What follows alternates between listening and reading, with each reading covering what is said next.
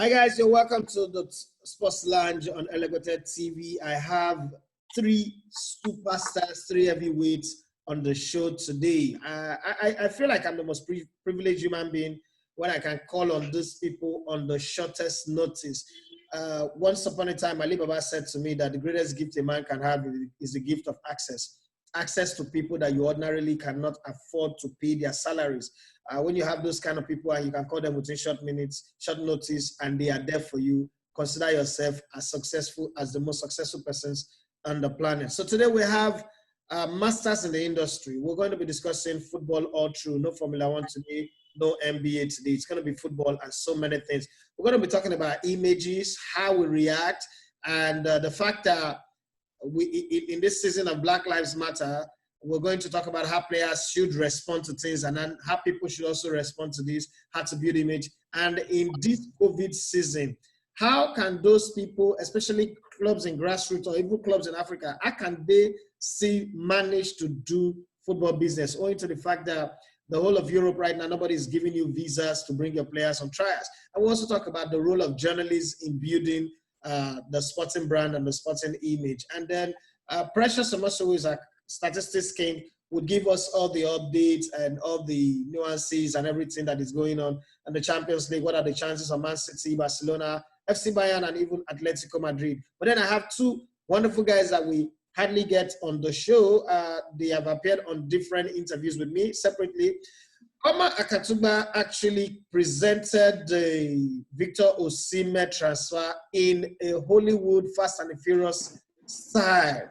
Something that has never happened before for any African player. I don't care whether you're from Egypt, South Africa, Cote d'Ivoire, Ghana, or anywhere. It has never happened before. But Oma Akatugba, these are things that you don't get taught in the school. You just think about them and you do them.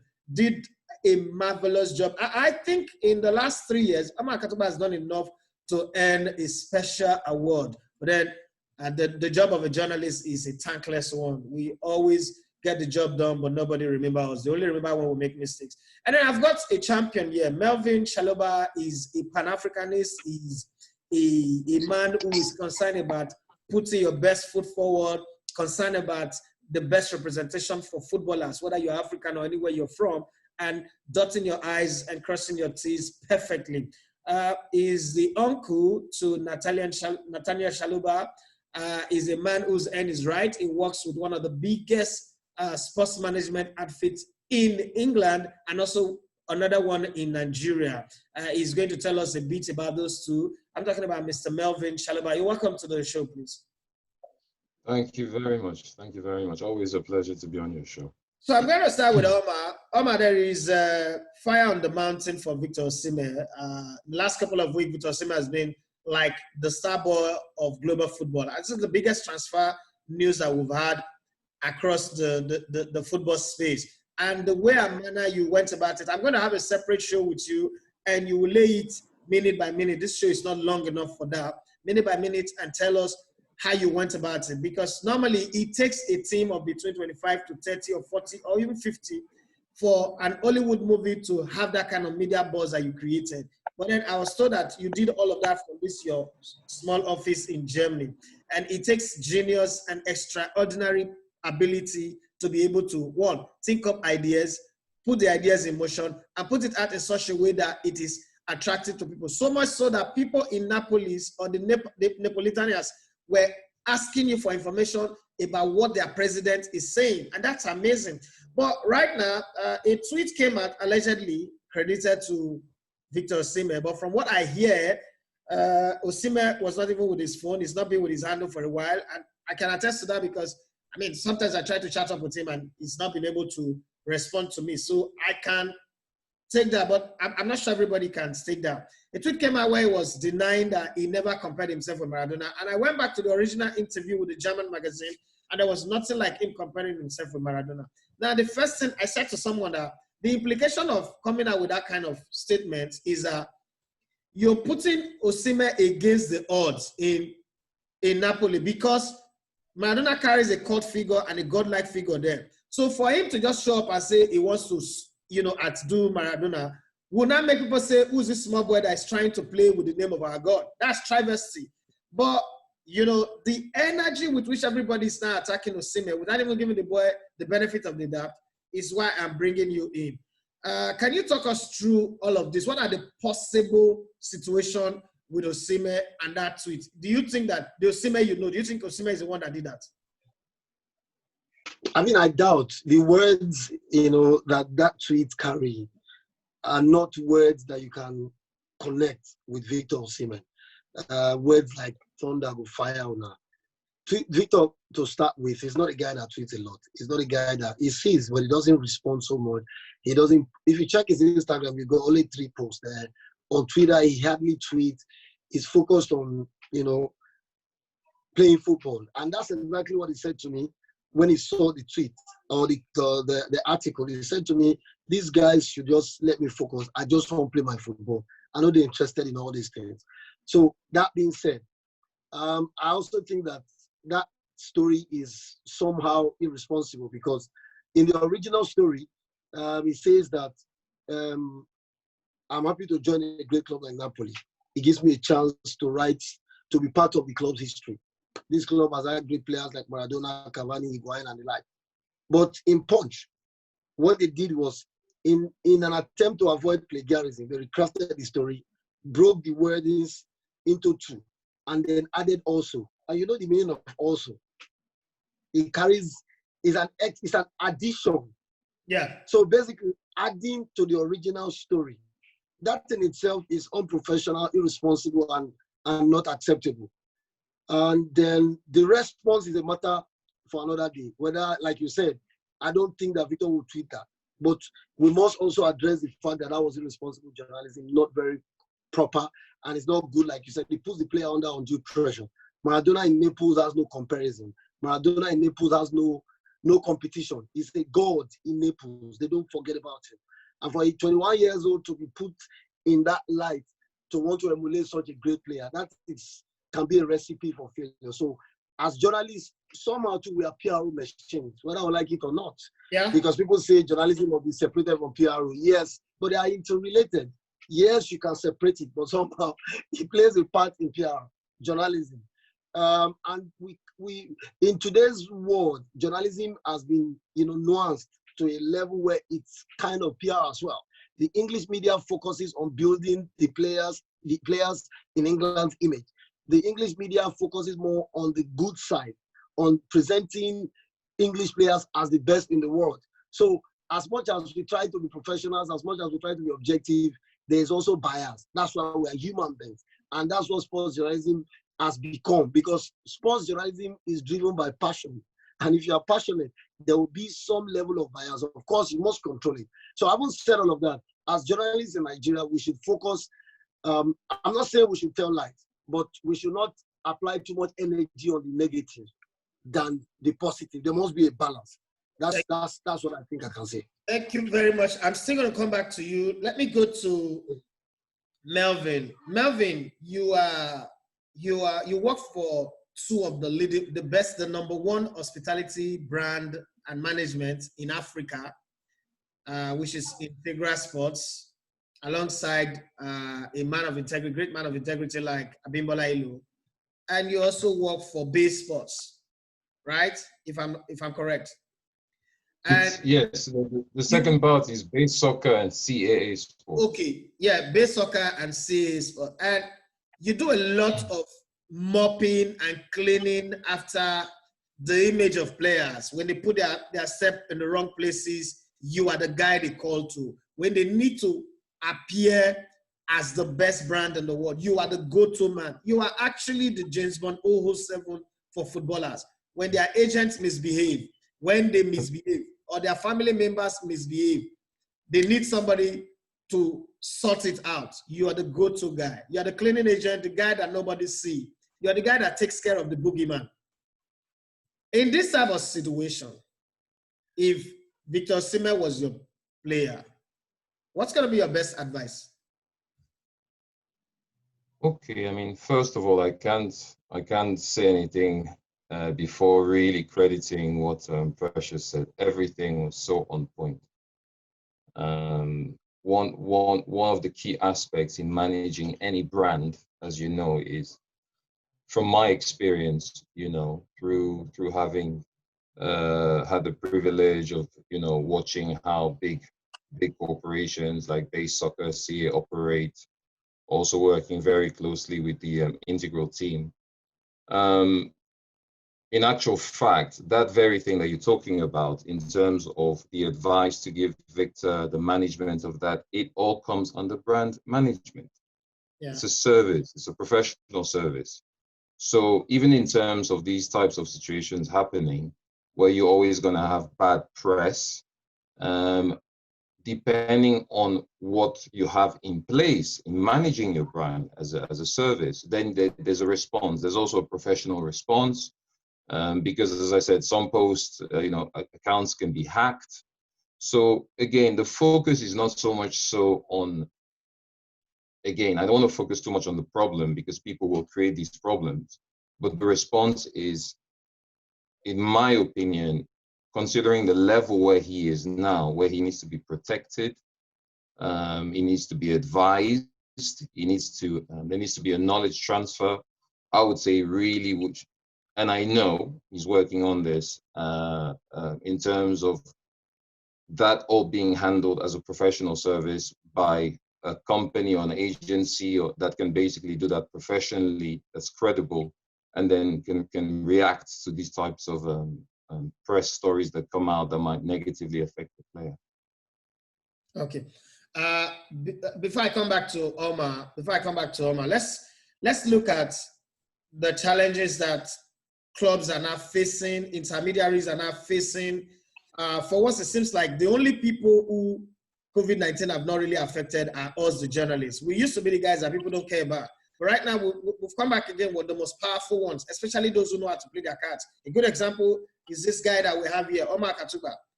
We seem to go beyond borders. Oma Akatugba has appeared in more TV shows than Donald Trump and Boris Johnson put together in the last 3 weeks.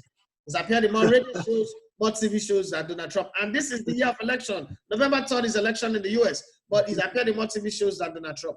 So how do we find a way? Because business must go on. People must eat. Money must exchange hands, because we need money to even solve this COVID-19 problem. How do people who want to move players from one league to the other, transfers, especially the west coast of Africa, where I am reaching you guys from, how do we get into business right now?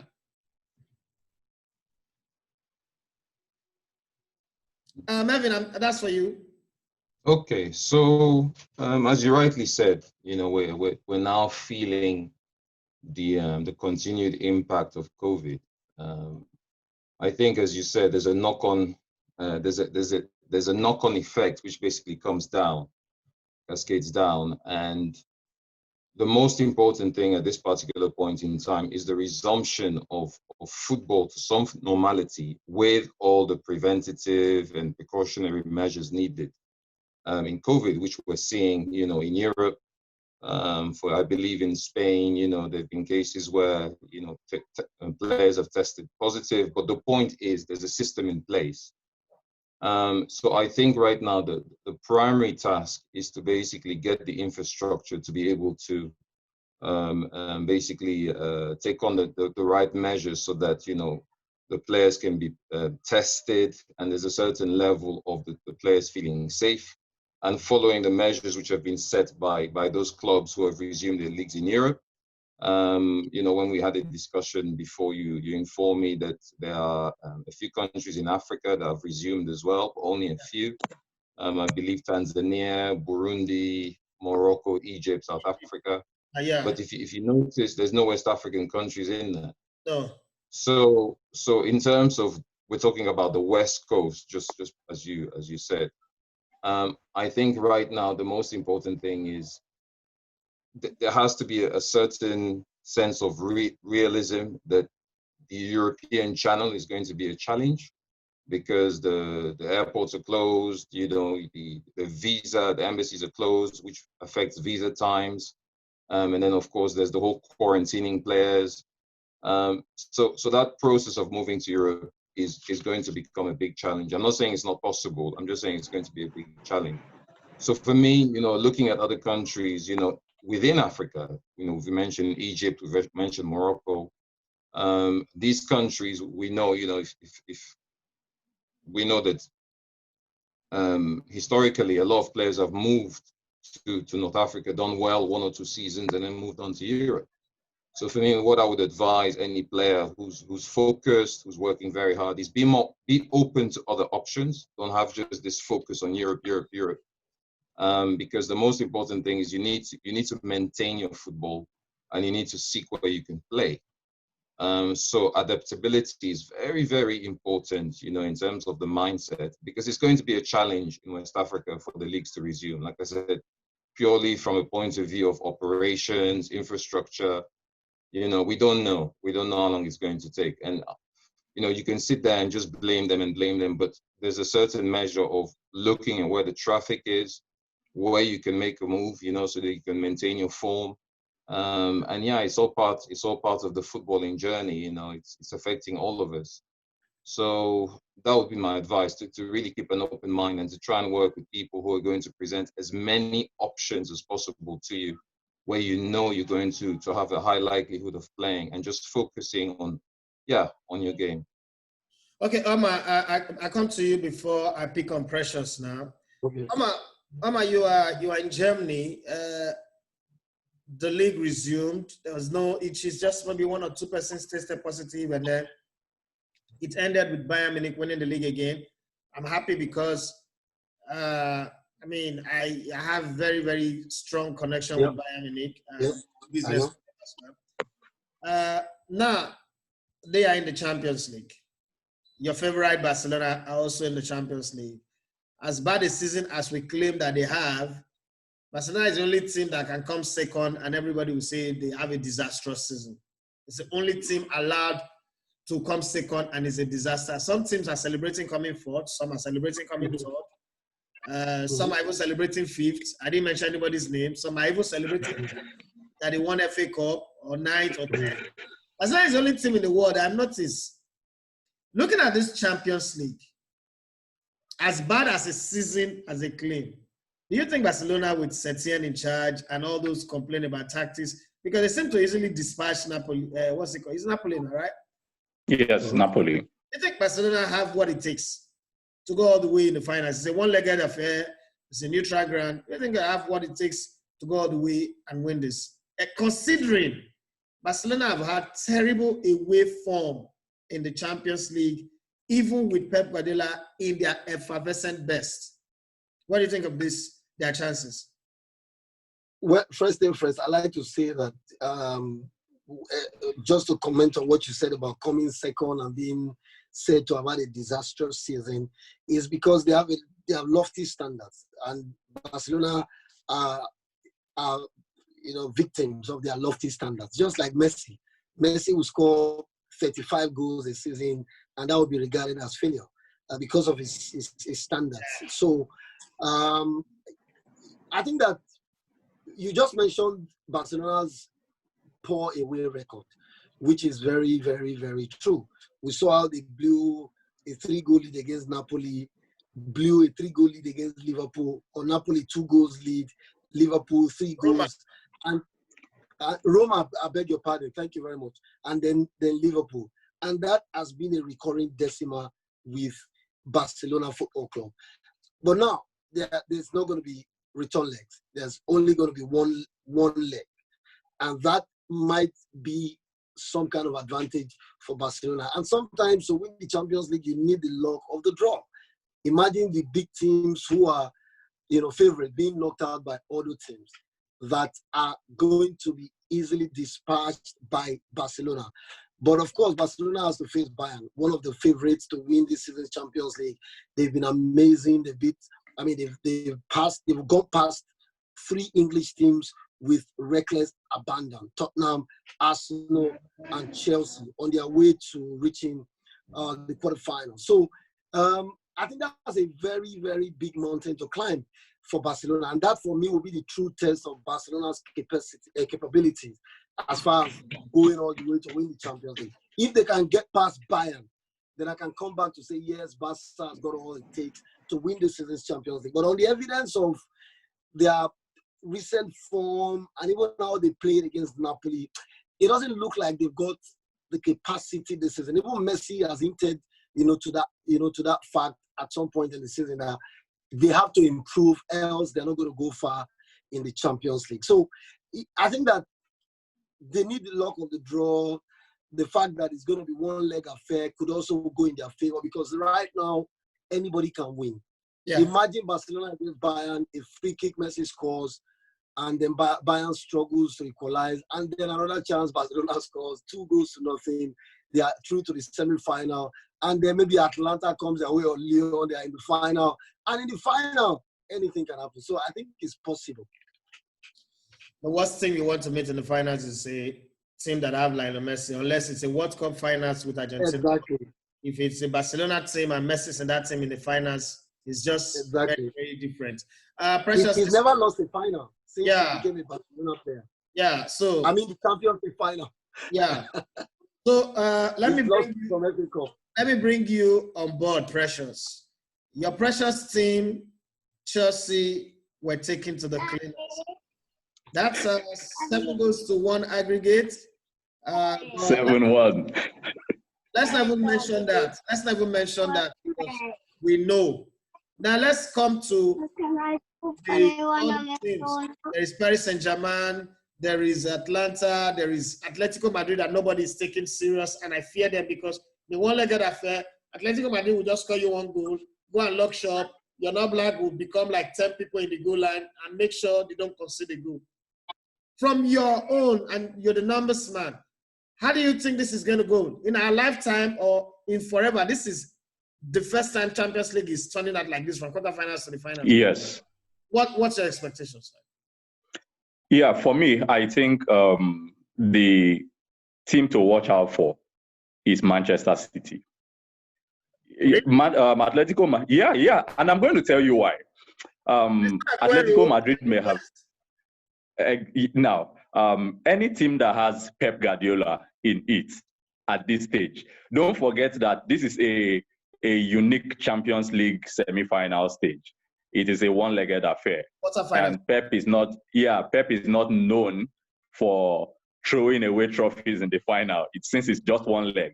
Okay. The key for me, maybe I would have said Atletico Madrid, but after the City Real Madrid game, Pep Guardiola was interviewed. He was still panting. He was still in the spirit of the game. And I expected that in that interview, Pep would want to savor the sweet victory he had just gotten from knocking out the 13-time champions. You know what Pep Guardiola said? He said he just got off the phone with the scouting team. And they were already discussing the scouting report from Lyon. So you think of somebody who just beat Real Madrid, and the next thing he's thinking of, he's not even in the dressing room yet, he's still on the pitch, and he's already receiving scouting report of his next opponent. That tells you how important this Champions League is for Pep Guardiola. You don't take away the fact that the man is a serial winner. He knows how to win trophies, whether good or bad. There's no Sergio Aguero. There was no Vincent Kompany, that commanding center back they had to rally the troops. But then Pep Guardiola himself, he is the one leading his army this time. And for me, I think it's enough motivation. He said something about them being a small club. So he called Manchester City a small club if they are not aiming to win this Champions League. And I think this presents a very good opportunity for them to win it. There is the PSG side of it and Atlanta. PSG still has to navigate through Atlanta, even though Atlanta kind of slowed down a little bit towards the end of the Serie A season, maybe due to lack of motivation, really. But then they're a very dangerous side. And I cannot entirely, PSG have a not so impressive record. they sometimes know how to bottle these things. And one thing comes to mind when I remember Atlanta is the Monaco side that went to lose in the final against FC Porto, against Jose Mourinho's FC Porto. Then the Monaco side looked very good on the eye, very pleasing on the eye and all that. And then the pragmatic Jose Mourinho got the better of them. So this season, I would say that currently among the teams standing, I would pick out Manchester City as my favorite, really, to win the competition because of the Pep Guardiola factor. And then for the Bayern and then Barcelona side of it, right? There's a lot at stake in that game. We have two German goalkeepers.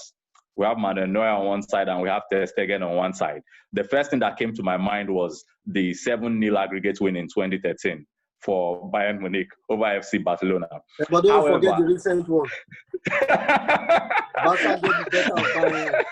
It's 1-1. I know that's almost soft spots. Okay, yeah. Now, but then this season, the game between FC Barcelona and Villarreal saw some tactical switch from Setien. He tweaked the formation, and I have always been of the opinion that Antoine Griezmann is a very limited player, limited in the sense that he flourishes in a certain kind of way. He likes to play in it. He's not a wide man, and he's not an out-and-out center forward. So what Setien did that day was to play two center forwards, Griezmann dovetailing behind Suarez, and then Messi playing at the tip of the diamond. So he gave Griezmann the space he needed, and he gave Messi the chance to occupy the little pocket of space he liked to occupy. If he does that I saw Bayern against Chelsea. They were not really watertight. They were just playing against a naive Chelsea side. Okay, if FC Barcelona turns up in that kind of style, yeah, in the first leg at Stamford Bridge, in the first 20 minutes of that game, Chelsea had chances to score, but obviously I think they were starstruck. Yeah, so if FC Barcelona turns up and they have that kind of space that FC Bayern afforded the Chelsea players at the edge of the box, I mean, you don't want to leave a superhuman like Messi at the front of the box. He's going to what with the PlayStation guys called R2. He's going to put it in the back of the net. And so I personally would say it's a delicately poised affair. But then Manchester City, I would love to see a Manchester City against FC Barcelona. if that would, I would have loved to see that kind of final, Manchester City against FC Barcelona. Yeah, and so let's see how it pans out here. Funny enough, I predicted that finals at the beginning of the Champions League, that it's going to be a Man City FC Barcelona finals. I don't know how possible that is now, but I really wish to see that. I really wish to see that. Now, Melvin. Yeah. There's something I want to draw up here. You know, you guys see football differently. You guys see football as a property, not as a game per se. You see it as a property. You see it as a business. When you lay out your spreadsheet, you see market. And I just want to bring you into a footballing conversation here. People say that, there are people of the opinion that if Pep Guardiola doesn't win the Champions League, he is a failure. And then they also come up with this argument that I don't know where they got it from, but maybe you can help me, my curiosity here, that the reason why they signed him for Man City is to win the Champions League. But then the fact for me, I'm a research person, Pep Guardiola alone as a coach of Man City have won more titles for Man City than they've won in 10 years before he came in. As a matter of fact, if they had won the league this season, Pep Guardiola alone as Man City's coach would have won more titles for the club than they've won in the entire over 100 years history.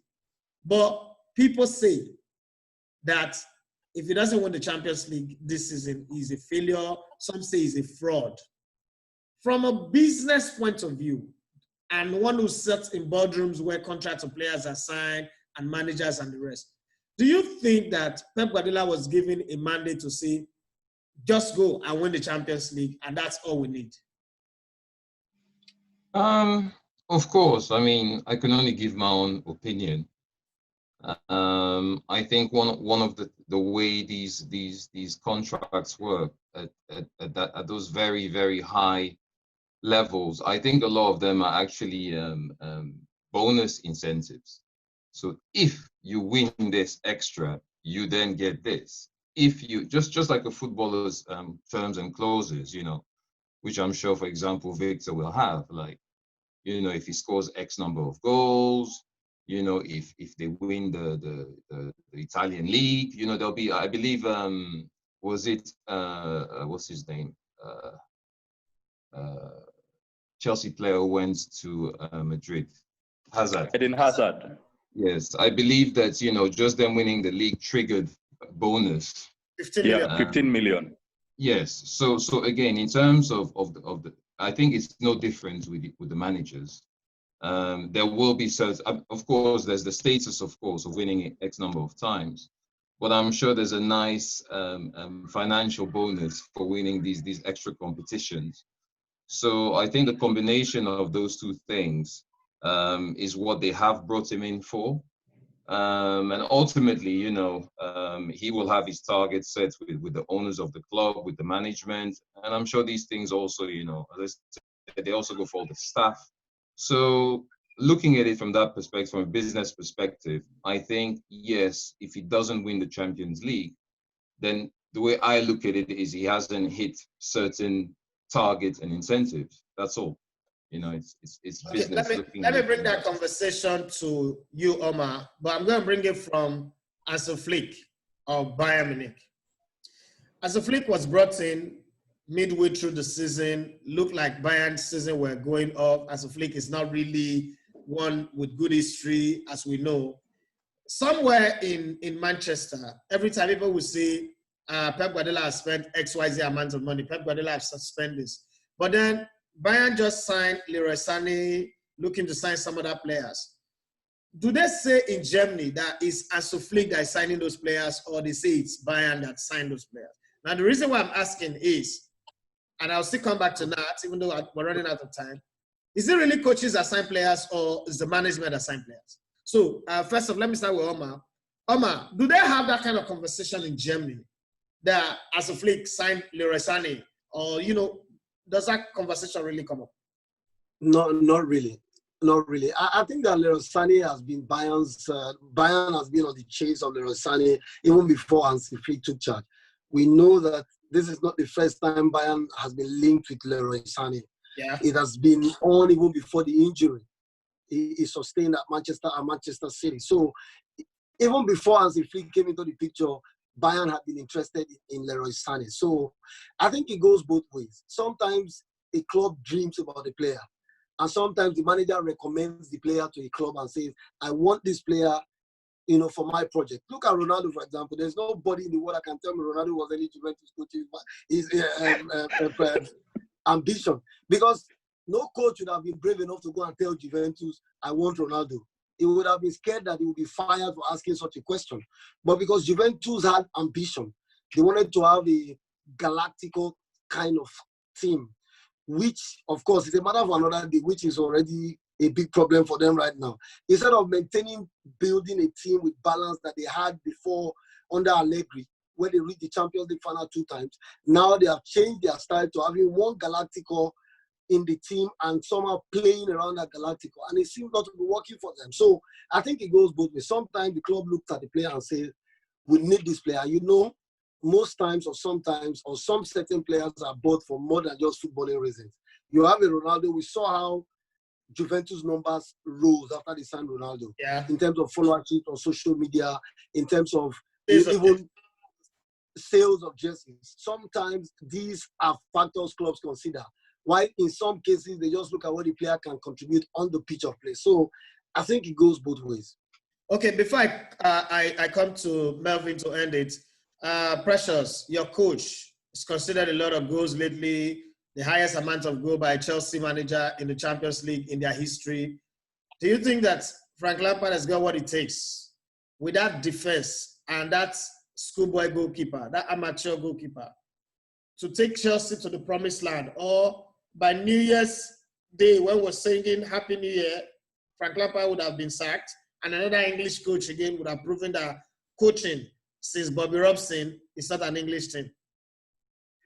I was on a forum this afternoon, and I mentioned that if Frank Lampard does not go back to his books and learn how to coach the defensive face of football, by January, he will be out of the Chelsea job. Now, one key element in modern football is that defending is not solely the responsibility of the defenders. Defending begins from the forward line. You start to press from the front. Okay, the 2 goals Madrid scored against Man City scored against Madrid were as a result of pressing from the front. The Chelsea that we have seen this season have been very disorganized in their pressing. More often than not, we see only one player attempting to press, and then the others are standing and watching. So it becomes easy for the opponent to pass the ball around that very lazy press. And once they beat that press, the Chelsea team don't have the composure at the back now to handle the onslaught. So what Lampard needs to do is, it's no coincidence that his Derby County team conceded 54 goals, which is almost as many goals as they scored in the championship under his watch. And the same thing has happened at Chelsea. So it means there is some element of coaching that has to be tweaked. Lampard needs to work on balancing the offensive side of football with the defensive side and the pressing of the team. If he doesn't get that right, if you like, go sign Virgil van Dijk. Chelsea will still have problems. It will only, signing a good center back may only stop them from conceding goals from set pieces. Yeah, but then it will not solve the major problem Chelsea have had this season. All right, thank you very much. We are out of time, but let me round up with Melvin. Melvin, one of the things that I've struggled with and I'm still struggling to understand is how African players, apart from maybe Samuel Eto'o and Drogba recently, African players don't hit that height that you have with the David Beckham of this world, Messi, Ronaldo. Even Hazard, to me, and when I say this, people don't like me, I don't think Hazard is half as good as the hype make him. I don't think Hazard is half as good as he's being rated. I played as a winger in my day, and I don't see Hazard in that league. But even in the category of the Kevin De Bruyne, the hype, why is it that African players don't get that kind of hype, that kind of brand, profile, personality? What is wrong with the African, especially the black African player? What is wrong? Look at Sadio Mane with all he's doing. The hype around him is not as big as if that was an English player or a German player or a French player that was doing exactly what Sadio Mane is doing. What is wrong with the black African player? Right. First of all, I said Precious before. I actually meant Oma in compliment. Yeah. So yeah, again, it stems from, again, what I believe Oma was touching on, which is PR, press. So what you have from what I've seen is David Beckham became a global icon because he's PR. And the whole brand development was done by a company that's based in the UK. So culturally, in building the story of the player, there's a cultural element there immediately in terms of the stories, in the interests, the passions that you can use to build a player. So when you have an African player, you can do all the different adverts where you normally see them doing Guinness, no disrespect. But you won't really see that cultural, that story of that person being brought through. Now, what you have, and I have to mention this, Sadio Mane has just come out with a documentary recently, but that's after he's done the success. So what you also need is the storytelling up to, for example, to where like a Victor Osimhen is right now, celebrating his African culture, celebrating that story. Why everybody has an interest in Pele. You know, these stories are real. And the only people who can package that story and market it is an African entity. Because they can Oh, thank you very much. We are really out of time. And I think we're going to have this conversation maybe next week or 2 weeks from now. Again, I will focus on the branding and building an African brand. Oma is leading in that area. You are, Melvin Chalobah, you're leading in that area as well. We would want to follow your lead. Give us some insight and inroad on how to do it. But thank you guys for coming on the show. God bless you. We really appreciate it. Help us to build bigger brands for African players.